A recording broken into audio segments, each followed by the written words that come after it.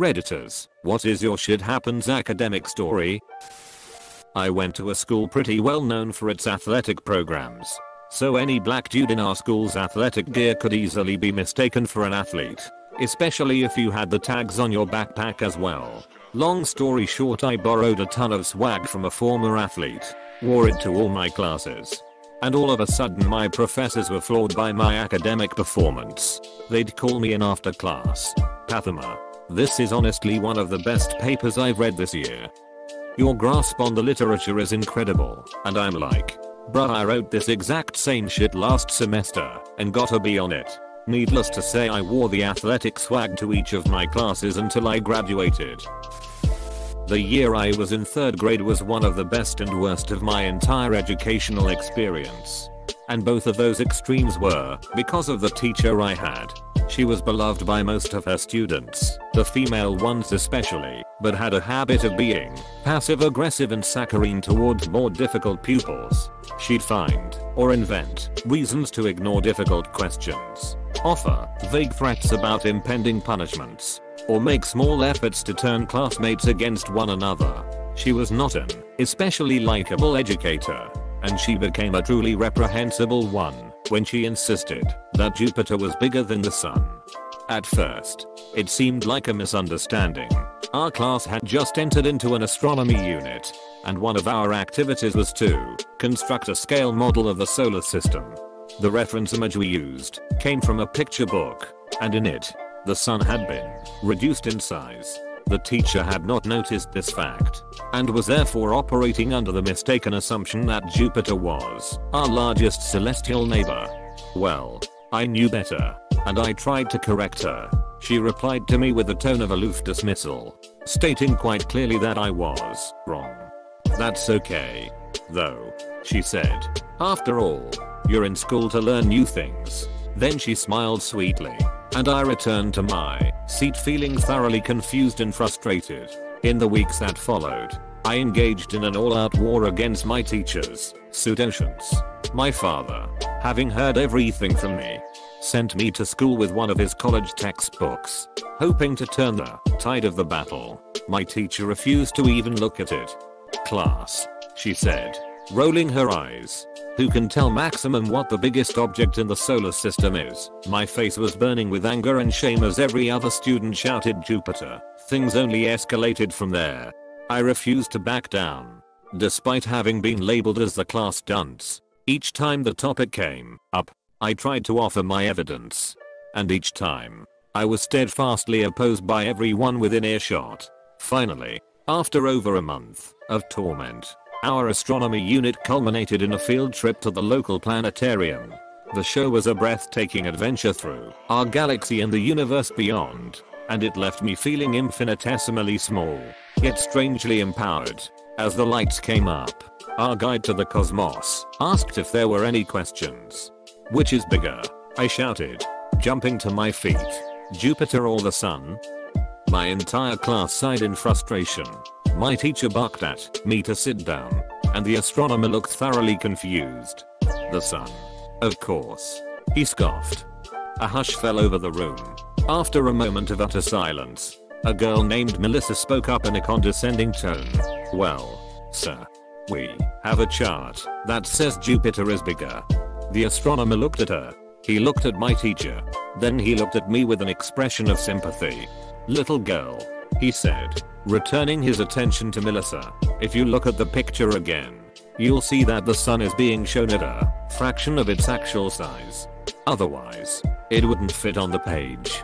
His gaze moved to his next victim, who had slumped down in her chair so as to be almost as small as her students. Your teacher should have told you that. Upon returning to our classroom, all the students crowded around our reference book. Sure enough, a tiny block of text explained that the sun had been scaled down in the illustration. I declared my triumph. Having finally been vindicated, nobody apologized. My teacher found new reasons to punish me, and I was treated with no small amount of scorn. But I didn't care. From that day forward, I knew to never be afraid of asking questions, nor of standing up for facts in favor of fiction. From that day forward, at least until it was taken away, I proudly wore my homemade dunce cap with a smug grin. 3rd grade. So like 1990. Student teacher is frustrated with the class and their poor performance on a recent spelling test. He's lecturing us about how few words in English have 3 consecutive vowels. The only word we'd know in 3rd grade or have on a spelling test in 3rd grade is quiet. He told us we don't know any other words with 3 vowels together. I raised my hand. Genuinely concerned, I asked him if beautiful is not the correct spelling of beautiful. And then I was asked to go sit in the hall. In Ireland, most people go to college by completing the leaving certificate, which is more or less 2 weeks of exams in about 9 subjects. Exams cannot be taken on a different day to the scheduled day. This leads to a student having to either take the exam hours after having an appendix removed, or repeat the full school year to redo all of the exams the following summer. I knew a girl who graduated with a 3.99 GPA because she got an A in drawing or some class like that her freshman year. Her teacher apparently told her she did that to teach her that she can't be perfect in everything. In my last semester of senior year of high school, I didn't get along with my English teacher at all. She was that teacher whose class everyone dreaded being placed in. I absolutely hated her, and my apathy in her class reflected that. Because I was a lazy, disruptive student, she graded my work even harsher than most kids in the class. And coming into the final, my grade was sitting at a 68%. I was terrified because I had somehow managed to get into a pretty decent college and was so excited to get the hell out of my town and start college life. But if I got a D in the class, those credits wouldn't count and my acceptance would be withdrawn. I studied incredibly hard to get a good enough score to pull up my grade to a C, but I ended up getting a 68% on the test. I thought the world was over. I wouldn't be able to go to college. I would be stuck in my town with my parents while all my friends were off starting new lives with new friends and having the most fun they'd ever had. I was absolutely devastated. Somehow, someway, my horrible, selfish, unfair, tyrannical English teacher decided in her heart that day to round my grade up to a C. I have no idea why she did it, and I didn't deserve it. But that small act of mercy saved my ass, and my experience in college was amazing. I had to have a talk with the school resource officer policeman that walks around in 8th grade cause I had such a great comeback. I was the fat kid, and so I couldn't do push-ups properly. The Dutcher bag kid said, "You're not going down right," and through the grace of God I was able to say, "That's not what your mom said last night," instantly and without stuttering. One of my classmates tells a teacher we all thought was cool, and he makes me have a talk with all the middle school teachers and the officer. The gist of the talk was basically, if you go to a trashy school and say something like this, you'll get beat up. Was taking calculus 2nd in college. The class only had 3 tests. I bombed the first one. Got less than 50% IQ. Second test I made a C. Obviously, I was in danger of failing the class. I had the option to emergency drop the class and preserve my GPA leading up to the final exam. I spoke with my professor and asked if I got a high enough grade on the final, if he would drop my first test grade and replace my final test grade, or at the minimum weigh my final test more heavily so I could get a C in the class. I didn't need the A. But if I got less than a C, I'd have to retake the class. The C wouldn't be disastrous to my GPA either. The final was cumulative, and I felt like it was a reasonable request. I still had no /learn the material. Being a naive freshman, I didn't like to quit, so I thought this was a good idea. The professor agreed to replace my exam grade with higher final if got at least a C+. I took the test, got a C+ on the exam, and was very proud of myself. I check in with him afterwards, and he had no recollection of our talk or agreement. Got a D in the class. I was livid. Had to retake the class. You live and learn, I guess.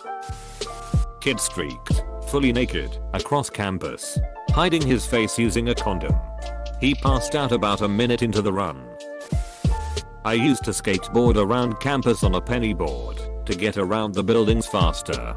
There were a ton of hills, and because of the amount of people on bikes there were even traffic lights for pedestrians to avoid any collisions. In my sophomore year I accidentally ran into a girl crossing the road. She had a red light and called the police to come help since she took a pretty hard fall. Well, after the police come she starts yelling about how I assaulted her and tried to mug her, so I got arrested.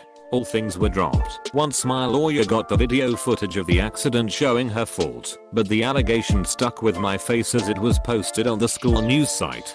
My grade seemed oddly low that semester as well. HM. I was a very verbose and hoity-toity writer in high school. The language I used in academic papers was beyond what I used in daily conversation.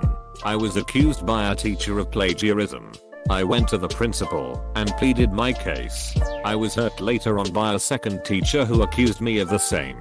I chose to go to the principal yet again to plead my case, and he asked again if I was plagiarizing. I wasn't. I never got an apology from my teachers. I was in and out of hospital for about half of my time at uni. During that time I took a class in which we were assigned a highly weighted group project. In my medication-fueled stupor, I joined the wrong group on the first session, missed a number of sessions due to hospital appointments, and despite realizing my mistake and trying my hardest to help out the right group once I got back, they had already pretty much sorted everything. When it came to actually presenting our findings, the group didn't trust me with much because of my lack of attendance, and they were right to. On the day, I was a mess because my uncle had just passed away and my girlfriend had broken up with me, but I managed to pull myself together and do my bit, only to ruin it by misspeaking at the end, implying the opposite of what I meant to say. So I ended up getting next to no credit for the project and only just scraping a pass in the class overall. So in my entire school life I somehow managed to avoid group projects until my last year of high school, when I ended up with 2 at the same time over the course of 2 months. The first one was in my ed class. I was in a class full of immature assholes and was the only girl too. Ratio was 1:8. I ended up in a group with 2 of the laziest people. For our project we had to make an interactive presentation which included a drag and drop game, video and multiple images and information about our school. Out of the 16 slides, I ended up doing 12. Worst part was when I spent 6 hours straight on the video, since I was the most knowledgeable in video editing. When it was 90% done I thought it got corrupted and I cried. Luckily I saved it in school. When I told my group about the corrupt scare, they said, "So is it done then?" I've never wanted to slap someone so hard before. I also ended up making the game because they didn't know how. Worst part was the teacher thought I was lazy because I was missing deadlines from doing so much. Ended up with a C on that nightmare. So sadly they did too. Meanwhile in drama, we had to get into pairs and do a scene from a play called Bold Girls as our final piece. I only had one male friend in that class and the scene required 2 girls. So I ended up with one of the girls who didn't get picked by their friends. They got pissed that they were stuck with me and bolted out of the class. She also took a load of days off because of it, even faked sick, and I thought it was my fault for ages. She eventually came back in and we got caught up. During the scene we had to do, I throw a basket of clothes at her in rage. So I replaced the soft shirts and socks with slightly tougher jackets and jeans. As a bonus, there was another part where I wave a glass bottle over her head like I'm going to hit her, and I'd forgot to place the bottle nearby. So I soaked her with one that had water in it. That ended up being one of my best scenes and got an A for petty revenge.